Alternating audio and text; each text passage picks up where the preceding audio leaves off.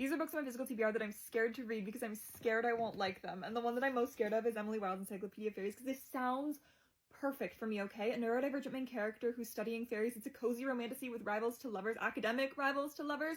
That is exactly my jam, but I've heard that it's like excruciatingly boring to some people, and I'm really easily bored. Does that mean it's gonna be boring for me? I read the first chapter and a half of this. I found the writing really dry, and I set it down because I was immediately scared. Like, I'm not enjoying this. What if I hate all of it? It's literally a chapter and a half. That's not enough to get invested. That's not enough to form an opinion at all. But what if it is? Then we have the Happy Ever After playlist by Abby Jimenez. I love Yours Truly and Just for the Summer, and I hated The Friend Zone. So I want to love this. I want all of Abby Jimenez's books to make me feel like Yours Truly and Just for the Summer.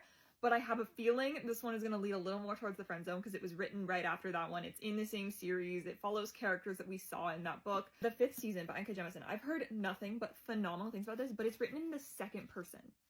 And that's intense. I don't know if I can do that. I don't know if I'm capable. I've read a few like books in the second person, and I've DNF'd all of them. The only thing I've ever gotten through was Alexi Haru's short story. I love that one, but it's literally 35 pages. Can I do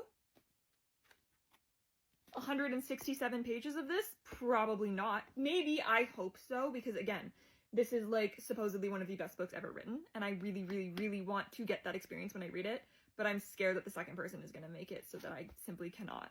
When the Moon Hatched by Sarah A. Parker. This is so thick. Why is it so thick? Thick books scare me because if it's paced well, I love it. If it's paced poorly, it is psychological torture. Also, I read a chapter or two of this book, and the writing is really, really flowery. And I can do flowery writing if there's a reason for it, if it works, if it's done well. I'm scared that this is not done well. I'm scared.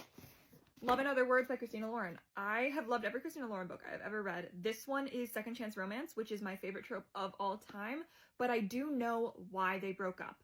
And I've heard very negative things about the way that that is handled, and so I am very worried that that's going to ruin the entire book for me when I see that play out, which is really sad because I want to love this, because there is the quotes that I've read between these two characters are everything I love about Second Chance Romance, but I don't know if I can get past what happened and the way that it goes down. The Familiar by Leigh Bardugo. I have heard really mixed things about this, and I've only read the Grishaverse. I love Six of Crows. It's one of my favorite books ever. Leigh Bardugo, I love her, and so I'm so desperate to love this book. It sounds right up my alley, but I've heard that the execution is just not up to par.